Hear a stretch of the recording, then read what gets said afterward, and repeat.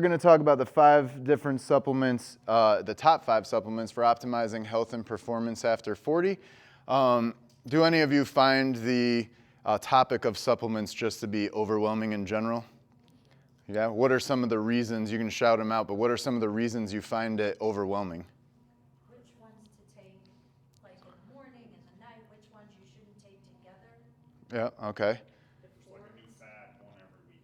That is true. There is a new fad one every week. A lot of that is the marketing tricks that we were talking about a little bit ago in Keegan's presentation there.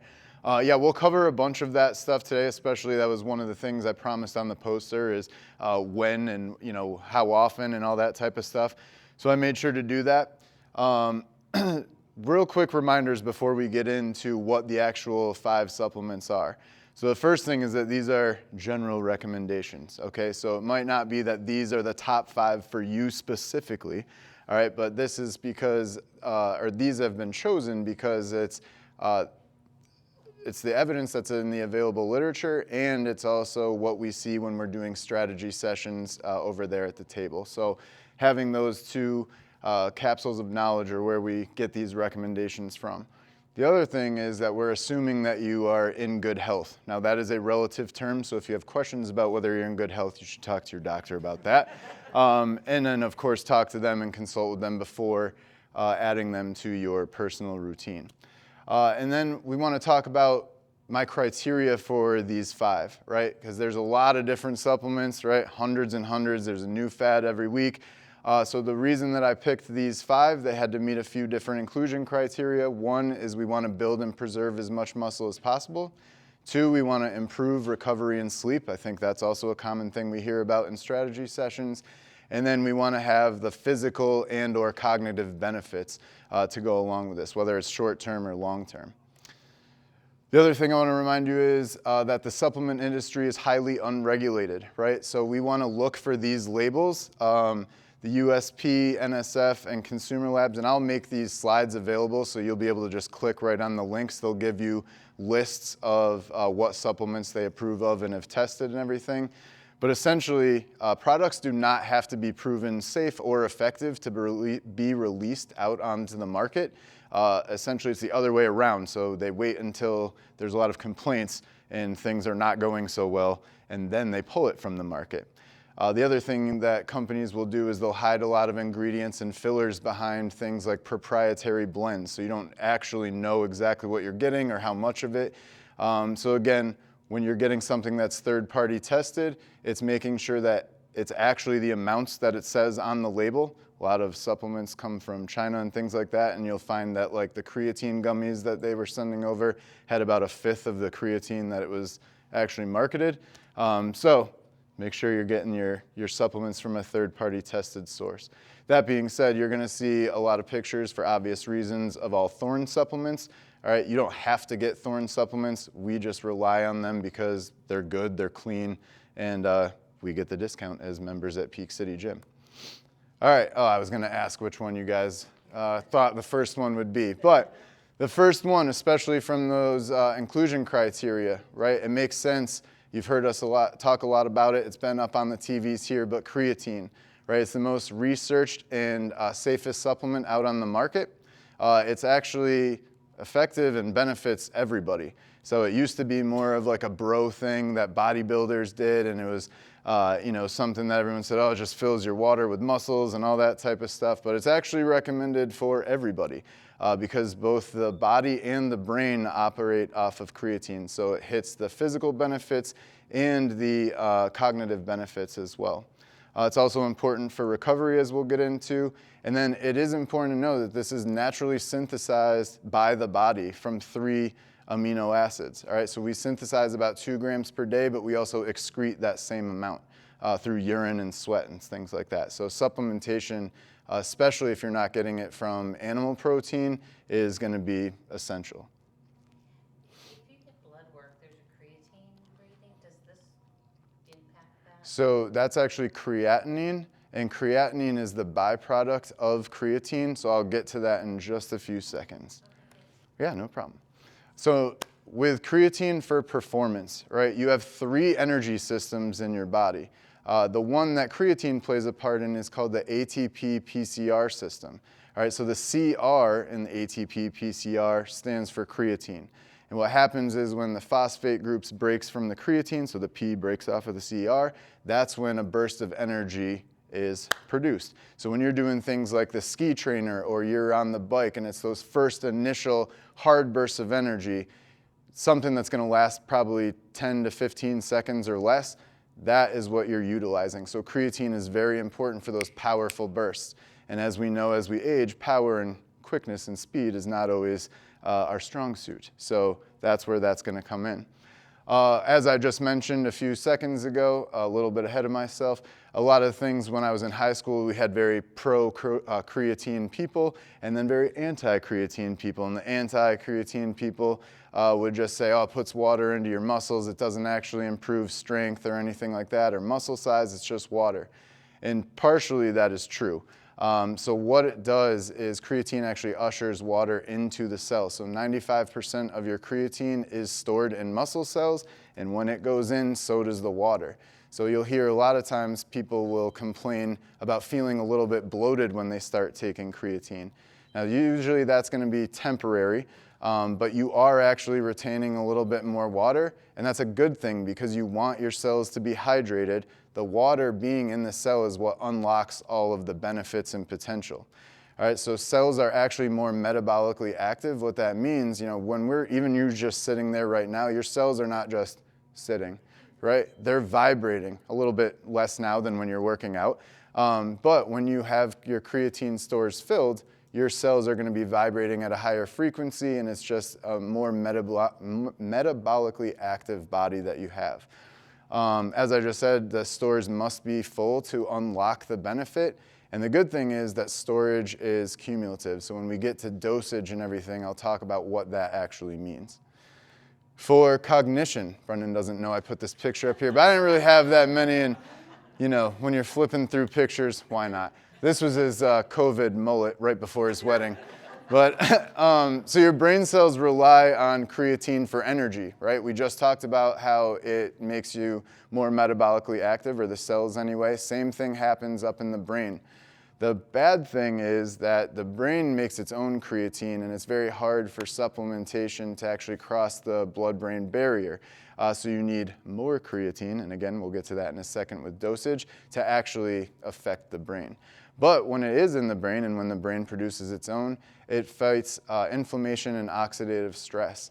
Now, oxidative stress, we talked about on our podcast the other day. I don't know if it's been released yet or not, but oxidative stress can happen from lifestyle choices, whether it's poor diet, smoking, things like that, and it can also happen just from environmental factors that we can't really control, whether we're being served plastic bottles or just things that are in the air. But either way, if you have creatine, it's helping fight some of that stress off. More research is needed, but it could be a game changer for traumatic brain injuries, concussions, Alzheimer's, and et cetera. Any questions about that so far? No? All right, so how much and when? Back when creatine was first introduced, they talked about a loading phase. Now, what they were doing was studying primarily endurance athletes and things like that. And so what they were trying to do was get their creatine stores as full as quickly as possible. Because again, the magic doesn't happen unless the stores are full. But you do not need to take massive amounts of creatine unless you want to. But you don't need to make it as fast as possible, especially if you're worried about bloating or feeling like, oh, some of that water retention is going to help me or going to make me gain weight. The other thing is it could also cause gastrointestinal distress. So if you're one of those people who's worried about those things, the fact that it's cumulative means that as long as you're consistent about taking it, you can take 2.5 grams. A standard serving size is 5 grams, but you could take 2.5 every day of the month, and your stores will just fill up a little bit slower than if you took the 5 grams. So you will still get benefits if you take the 2.5 or 3 to 5 grams per day. It'll just take you about the full month. Now, for short-term cognitive benefits, you're going to take 5 to 20 grams. Actually, did I go over this? Oh, I meant to talk about the fatigued and sleep deprived, so I'll talk about that in a second. So for short-term cognitive benefits, you want 5 to 20 grams. So studies have been done where they take sleep-deprived people, stressed out people, just generally fatigued, and they'll take a baseline cognitive ability test, and then they'll take one after being sleep-deprived, both on creatine and not creatine. And some studies have shown that even when they have their baseline not sleep-deprived, they've been sleep-deprived, then take the creatine and actually outperform their baseline when they were not sleep-deprived.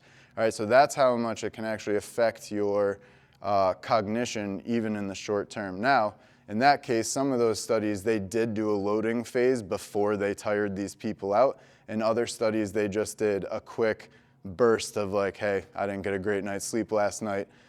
or in a fasting state, that also is something because that creates some metabolic stress as well. But creatine helped trump all of that stuff when, when they were given their follow-up test. Does that make sense? I know I kind of rambled on that one a little bit. For long-term, oh, sorry. Go ahead. You mean 5 to 20 grams per day for the short term?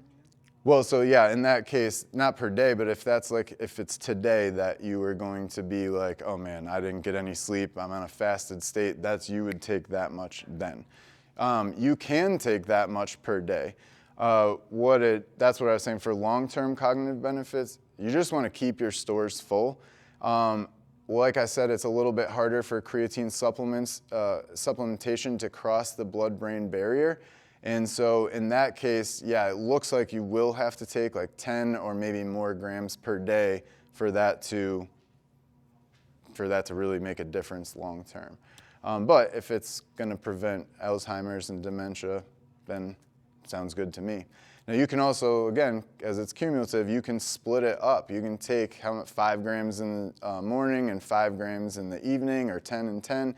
Right. The only real downside of creatine is the gastrointestinal distress. So as long as you're not feeling that, you're probably okay, right? And now, of course, the more active you are, right, the more intense your workouts are, you're going to be burning through that creatine anyway.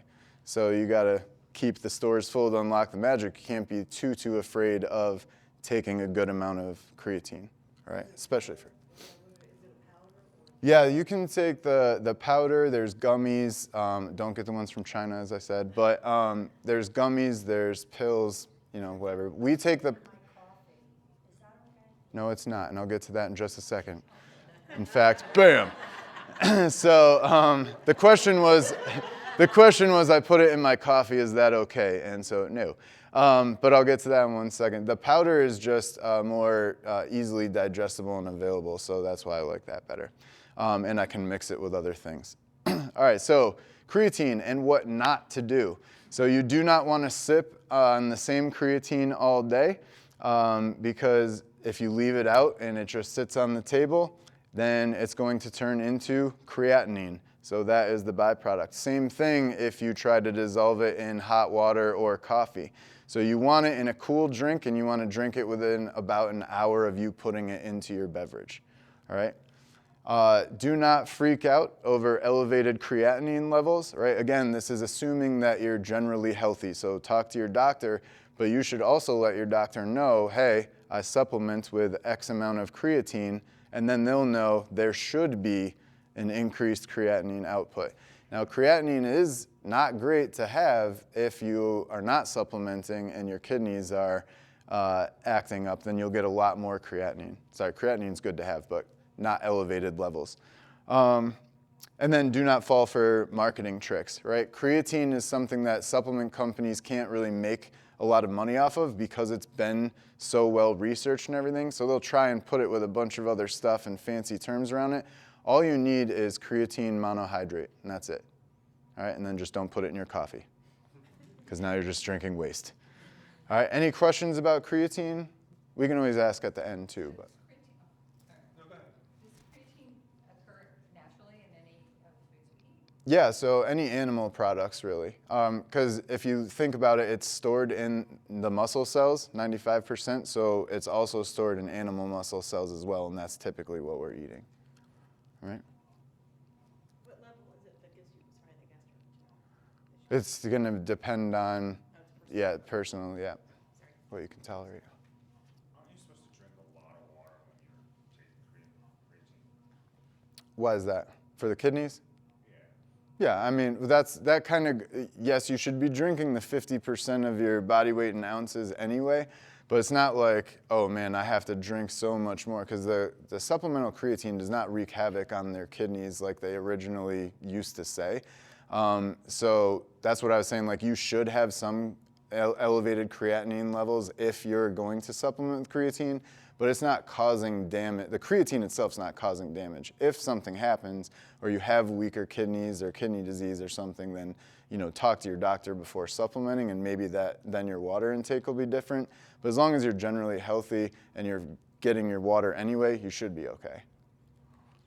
All right, we can come back to creatine in a second. Our second one, magnesium. Who would have thought? All right, so between 48 and 60% of Americans do not get the recommended amount of magnesium. All right, so men, it says 400 to 420 milligrams per day, women 310 to 320 milligrams per day. And we'll get to if I think that that's right or not in a second. But magnesium is involved in over 300 biochemical processes in the body, right? So very important for nerve and muscle function, immune system and blood glucose regulation, bone strength, and protein synthesis, right? So very, very important for a lot of different things, and probably more than half of us are not getting enough of it. So why are we so low? Well, 85% of magnesium content is likely removed during refining or processing of food. We know that Americans especially have a high processed diet, and so a lot of magnesium has been siphoned right out of there. The other thing that affects it is alcohol consumption and caffeine consumption.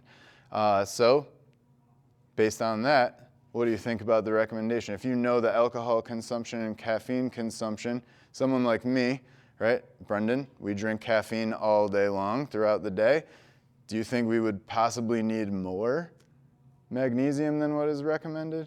Probably, right? So that's where some of those recommendations, especially if it's important for protein synthesis, if I'm drinking caffeine or I go home, I have a couple beers or something like that, and then it's kind of siphoning away some of the magnesium that I would have otherwise used for protein synthesis and things like that, that might be part of the problem on why we're not hitting certain things, right?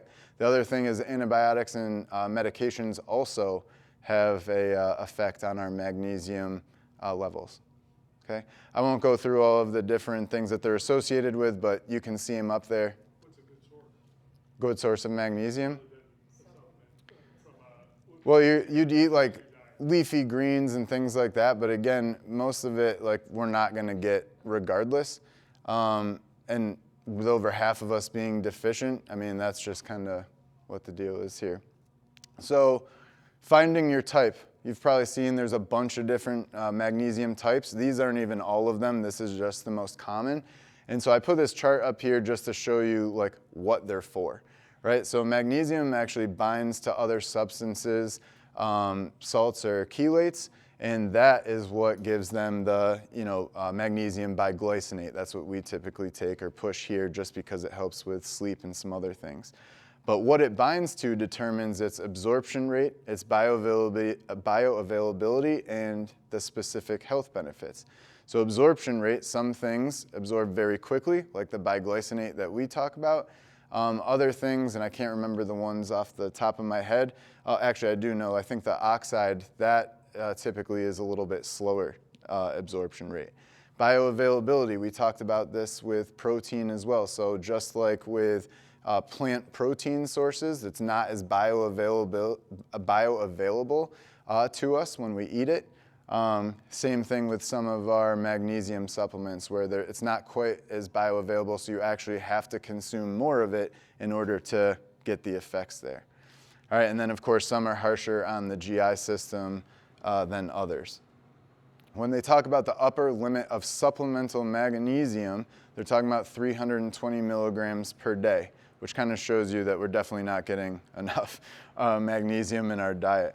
But do you require more? Because are you drinking caffeine? Are you working out hard? Are you doing things that are depleting yourself of magnesium? And the upper limit is based on GI distress. So I can tell you a good way to experiment is just take a little bit extra magnesium. And this is also something, time of day doesn't really matter so much. You can split it up. So like for example with me, I know that 800 is definitely where I top out, okay? But I can go under that. 600 is typically what I end up doing. So I'll end up taking 300 in the morning and then 300 in the evening. I take the biglycinate all the time because that helps with sleep. It's easily absorbable and all that. Plus I don't want to buy a bunch of different magnesium types. There are some supplements not with Thorne, or some companies that are putting it out where there's a bunch of different types of magnesiums combined into one powder or pill. I don't know much about those. Honestly, since we stick with Thorne quite a bit, I don't investigate every single company and supplement that comes out anymore. I just know that they exist. But for me, I choose the glycinate, and this chart here will tell you some of the other things that it does, whether it's good at it, not good at it, and it'll help you choose. Like I said, I'll make these slides available to you so you'll be able to see and kind of decide for yourself. But experimenting with magnesium is not really a bad thing. Like I said, the worst thing that's going to happen with GI distress, you'll know as soon as you hit your upper limit. But just take a little bit at a time and then split it up throughout the day, and you're going to be much better off. Any questions about magnesium? Curious if you've ever done or what you think of magnesium floats. I don't know what that People is. float in I'm not really sure. I've never tried a magnesium float, but I'll have to look that up. I don't know. All right. So number 3 here, amino acids. Some of this will kind of go with, I think, Brian's question. So you asked which was more important when it comes to protein consumption, whether it's the 30 to 40 grams per meal or whether it's the total amount of protein in a day. Well, it kind of depends on what your goal is, right? So when we're talking about 30 to 40 grams in a meal, we're talking about how to induce muscle protein synthesis. When we're talking about how much protein to consume throughout the day, we're talking about breaking that protein down into amino acids so that it can be used to repair a bunch of other tissues. All right, so basically the whole reason we want to eat protein is for the amino acids, right? What we do with the amino acids is dependent on how much we're consuming and what the body feels it needs to repair. So real quick about amino acids, there's 20 standard amino acids, all right? They're building blocks of protein. There's 9 essential amino acids. So essential just means that the body cannot make it itself, and we have to get them through the diet. And then of those 9, there are 3 that are branched chain amino acids, or BCAAs. You might have seen that or heard that thrown around sometimes. Those are leucine, isoleucine, and valine. So leucine you should recognize from Keegan's presentation. That is the amino acid that is most correlated to muscle protein synthesis. All right, and the amino acids are metabolized, branched chain amino acids are metabolized primarily in skeletal muscle rather than the liver. So that differentiates them a little bit there. Now, amino acids are not just the building blocks of protein. Actually, they're the building blocks of all of our life and every major organ in our body. So this is especially important as estrogen and testosterone drop. We've talked about this especially in the menopause program, but those hormones have protective mechanisms over all of the organs in our body. As we see those hormone levels drop, that protection is diminished, right? And it diminishes a little bit more every single year. And so we want to make sure that we're supplying ourselves either through protein or amino acids, so that way when we're not breaking down our muscle tissue to turn it into amino acids and then send it to where it needs to be repaired. Okay, because that's what's happening, is when you have oxidative stress or you injure yourself or things like that, you're going to break down your muscle tissue if you're not getting enough protein and amino acids to then repair that part of your body. All right. During performance and during recovery, right, there is an anti-catabolic effect. So catabolic just means it's breaking down. When we're working out, we are eliciting muscle damage. That's why you're sore. We're getting a bunch of micro tears in the muscle. When it repairs itself, it gets bigger, it gets stronger, hopefully, and that's what's happening. Now, when you're supplementing with amino acids or you're getting enough protein in, then you're gonna not elicit as much muscle damage because the amino acids are already there to repair everything. So muscle breaks down less, especially during fasted or intense long duration exercise. All right, then you're also gonna have enhanced recovery because like I just said, you're gonna have the amino acids available to make that tissue recover faster. So amino acids are the building blocks of protein. That is what creates muscle, and that leucine is gonna stimulate the muscle protein synthesis. All right, and then of course it's been shown to reduce soreness for up to 48 hours. So you've heard of DOMS, delayed onset muscle soreness. That's about 2 days after you work out. If you have the proper amount of protein or you supplement with amino acids to make up for the protein you're lacking, then you're gonna have reduced soreness. All right. So when I say that not every supplement on here is going to be for everybody, do you need to drink whey protein and all this other stuff and then also supplement with amino acids? Not really. Okay, so the more complete proteins you consume, the less you'll need to supplement with amino acids. All right, so even I've put up there a bunch of complete proteins. So, chicken, steak, fish, you can combine beans and rice to be a complete protein. But even whey protein, the one that we sell here, whey protein is a complete protein as well, just meaning that it contains all of the essential amino acids. That's all a complete protein is. All right, so if you do not eat enough protein, and I know at least Musetta is not a huge fan of protein shakes in general, amino acids might be the way for you to go. Okay? Now, as far as the breakdown here of how much that you should have, 8 to 10 grams is enough to stimulate muscle protein synthesis. Because again, this isn't protein we're talking about, now we're talking about amino acids, so we're getting leucine, the actual source, right? That's what we're looking for. So 8 to 10 grams is enough. 10 to 15 grams of the essential amino acids daily is the typical recommendation, and then it increases for people that are older, don't eat enough protein, and then some that are highly active and doing a lot of intense exercise.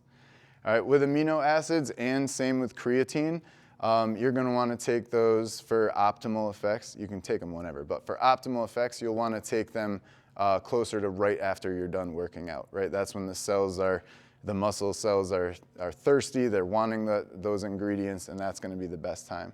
The other thing is you can take amino acids closer to bedtime because it helps with recovery. And since it does boost muscle protein synthesis, you can gain muscle while you sleep. That's pretty much it for that. All right, then we have vitamin D and K2. So oddly enough, vitamin D cannot be synthesized or metabolized without sufficient levels of magnesium. So when we do strategy sessions, there's a lot of people that will say that they're taking vitamin D, their doctor has them on vitamin D and calcium and this and that. Well, vitamin D, just taking it, sits there inactive, right, until you excrete it without proper levels of magnesium. So if you're going to be supplementing with D, you also have to supplement with K2. It's better to just get them together, and then you need to make sure you're on point with your magnesium, or else you're wasting your money for expensive P. All right, the reason that you want to take D and K2 together is D will boost your calcium absorption, and K2 makes sure that that calcium actually goes to the bones rather than to your joints and arteries, causing calcification there, which for obvious reasons is not great. All right. D is important for cardiovascular health, immune function, cognitive health, and circadian rhythm. So circadian rhythm, going along with the sleep, it promotes a healthy circadian rhythm, which means that you're going to bed and waking up around the same time every day. Are you low? There's a lot of different things that vitamin D affects. Obviously, what I told you it was important for, but poor sleep, frequent wakings, insomnia, that all is going to be some major signs there. And a lot of times when people do sleep studies, they come back and find out that they're vitamin D deficient, and they were thinking they had sleep apnea or something else. Chronic low levels lead to a lot of other things. Osteopenia, osteoporosis, muscle weakness, fatigue, And it may also contribute to anxiety, depression, and dementia. All right, so how much and when? The best way to determine is to do an actual blood test. We don't do those here. If Brendan offers, say no. But the general recommendation is 600 to 800 international units per day. And then for people over 70, that goes up to over 800 international units per day. Optimal levels, since we are talking about optimization, we're going to talk about anywhere from 1,000 up to 4,000 is considered safe. But again, you have to know what your blood is and things like that if you're going to be messing around with things up to the 4,000 level. All right, time of day does not matter, but you do want to take it with a meal containing fat. So vitamins A, D, E, and K, ADEC, those are the ones that have to be taken with fat. They're fat-soluble vitamins. If you're just taking them on an empty stomach or with water, you're not getting the absorption that you need, and again, expensive P. The vitamin numbers again were A. A, D, E, and K. Thank you. All right, last one is collagen. All right, so it makes up 90% of our bone matrix. All right, so a lot of people think of calcium, but collagen is hugely important in bone construction as well. And actually, women that were postmenopausal that supplemented were actually able to increase their bone mass density in the lumbar spine and femur after daily supplementation for over 12 months. And we'll talk about timelines and goals and things in a second. But that's pretty huge because as we learned in the menopause program, the hips and the spine is typically where women are going to experience a loss of bone mass density first when they enter menopause. All right, now production levels, all right, so your body already produces collagen. Production levels are going to decline by roughly 1% to 1.5% annually beginning in your 20s. So again, that's your production levels, not what already exists. What already exists is you're going to lose by 40 about 24% of your body's collagen. By 50 to 60, you could lose up to 50% of the collagen that you had in your peak, right? So then there's a significant drop in production post-menopause, which, as you can probably imagine, that's why there's a lot of breaks, osteopenia, osteoporosis, and joint pain and things like that. All right, so there are there are 28 types of collagen. These are the 5 main types, and really they're not even that important. Type 1 and type 3 are typically what you find in supplements. All right, the other ones are also important, I guess, but these are the ones, 1 and 3, especially 1 being what makes up 90% of your body's collagen. That's what you're looking for in this supplementation.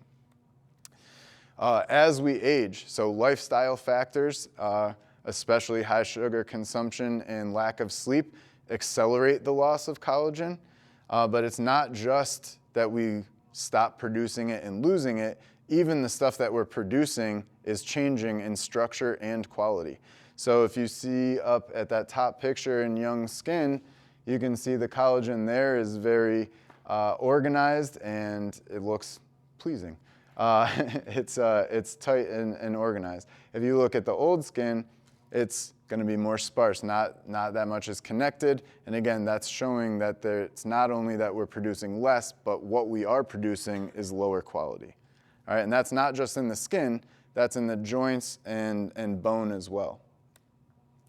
So how it works, it's not like we take collagen powder and it immediately is like, oh, now all the collagen in my body is going. No, of course, it breaks it down into amino acids, right, smaller peptides.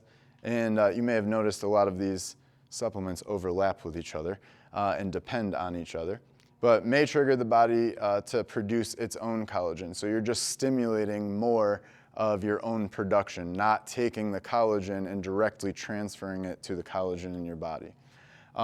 Unfortunately, you don't get to really choose whether it's going to affect your skin, your hair, your nails, your muscle, or any of that. The body will determine where it feels it needs that collagen to go or the amino acids it breaks it down to, and hopefully you experience the benefits where you want to. All right, the important thing to know about collagen protein as well, it does not stimulate muscle protein synthesis. So if you're taking a collagen protein in the morning right? Thinking that's the same as whey protein. It is not. It should not count as your protein for like your daily totals and stuff, right? Because it's not if your goal is to stimulate muscle protein synthesis. Research suggests a daily intake of 2.5 grams to 15 grams of collagen peptides. Combining with calcium and vitamin D is more effective for bone health than collagen alone, but those didn't make it into my top 5 other than the vitamin D. And consistency matters more than time of day taken, right? That's a common theme in all of health and fitness, consistency. As far as the timeline, because your body breaks it down and uses it where it feels like it needs to, the timeline for results varies greatly. So sometimes we're not as patient or we don't think we're seeing the benefit from supplements, but really we need to wait more time, and there's a process that is being built in the body physiologically. All right, so. One general question on that. Yeah. Is that just for women or men and women? For collagen? Yeah. Oh, no, I put it in there because a lot of our members are women, but yeah, for guys as well, collagen is a good thing to take. Can you take the powder, like the creatine and that, and BCAA, shake it up in a bottle and drink that, or is that like? Yeah, no, a lot of times that's what I'll end up doing. So like creatine, magnesium, if that's what I'm taking, I'll just put it together and drink it in one shot. I'm not gonna have many different, I'll never make it through sessions. I'll be peeing every 6 seconds. I can't do that. Collagen, yeah, so collagen actually, I think if you put it in cold water, it kind of lumps up a little bit and doesn't have the best. So room temperature and warmer is a little bit better, yeah. Yeah, that one's okay. So yeah, if you're doing that, then don't put creatine in it as well. But if you don't mind little lumpy collagen protein bits in your drink, then it's fine. Yeah. Just chew it. Yeah, just chew it. Good for satiety. But yeah, so obviously you guys know about the Thorne store. You can use the QR code and you can click on the link on a page. But I also put a little bundle together on all of those 5 supplements. So if you click that link or scan the QR code, it automatically brings up all 5 that I mentioned there. You can add to cart and delete if you want to or anything like that. You should get 25% off. It used to allow you to do 30%. Thorne changed that, not us. But it should be 25% off forever. So if you're not getting 25% off, let me know. You might be just going through Thorne's regular store instead of our little dispensary. I get the 5% in my retirement account. Yeah, but do you guys have any questions or any further questions? Supplement you're supposed to take with fat? Oh, that was the vitamin D. So like a teaspoon of peanut butter? Like what are we talking about? I mean, you can, typically you want to take it around mealtime. I wouldn't like grab a bunch of fat or peanut butter. I mean, think about like 2 tablespoons of peanut butter is 190 calories. You're going to take that just to take a vitamin? I just eat it when you're taking a meal. Yeah, because the time of day doesn't matter. So as long as you're eating. You're supposed to take it with magnesium, What's that? the D. No, I said it can't be synthesized without magnesium. You don't have to take it together. Your body has to have magnesium. You don't have to take them together. No. Okay. It was with the K2. Yeah, vitamin D and K2 need to be taken together. That's the way that one's. Yeah, and so my point about vitamin D was like, if you take it and you're not getting enough magnesium, then it's not being utilized by your body. Remember, magnesium's involved in 300 processes throughout the body, so yeah. Do you generally suggest taking your supplements with food? Well, yeah, I definitely do. So I know Keegan brought up time-restricted eating and fasting. So before the holidays, I was doing the 48-hour fasts, and you know, sometimes my ego gets the best of me, and I was like, whatever, I can deal with a stomach ache. So I was like going to be consistent by my supplements. I threw up all over my bathroom. So don't do that. I mean, and it was just straight up supplements because obviously I was fasted. So I was like, I'll do it and I'll work out. I'll be fine. Not fine. So yeah, I typically recommend take it with food, but like creatine and magnesium, they don't have to be taken with food. It's mainly like vitamins and some of that stuff. Amino acids, that was good for fasted working out. So you don't have to take that with food. But yeah, in general, most supplements I would take with food until you know how it affects you. And don't take a bunch of them like I did. And it doesn't matter, I mean, like you just said, you mix all of those together, because there's none that can't, like, if you take this in the morning, you shouldn't take this with it. Not with the supplements that I recommended. I mean, there's hundreds and hundreds of supplements, so yes, I'm sure there are ones like that, but the ones I just recommended, no. Shane, so if you don't take supplements today and you want to start, is it better to, rather than start taking everything at once, kind of slowly introduce them, so if you do have side effects, you know which one is Oh yeah, causing it? for sure that's what I would do. Yeah, I mean, everything has to be consistent and basically forever, right? That's what we're doing is at over 40 is like, all right, as long as I'm consistent and knowing that this is for the long term, there's not a huge rush. Like you don't need to go buy a bundle and just take everything tomorrow, especially if you're taking 0 supplements already.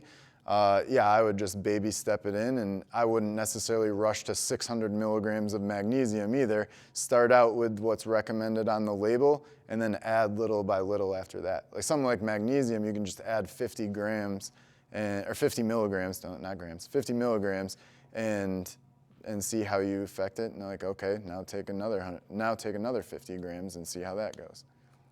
So yeah, whether it's multiple supplements or even just the supplement itself, microdose yourself to understand like how your body's going to react. But also understand that if you're afraid to take certain amounts, you're probably not going to get all the benefits, right? So try to work up to that. And then also realize the other lifestyle factors that you have going on, some of that might be depleting things. So you got to know like, okay, I'm okay to experiment with some of this knowing that I can deal with a stomachache. Don't throw up on your bathroom, but can deal with a stomachache. Just make sure you eat food.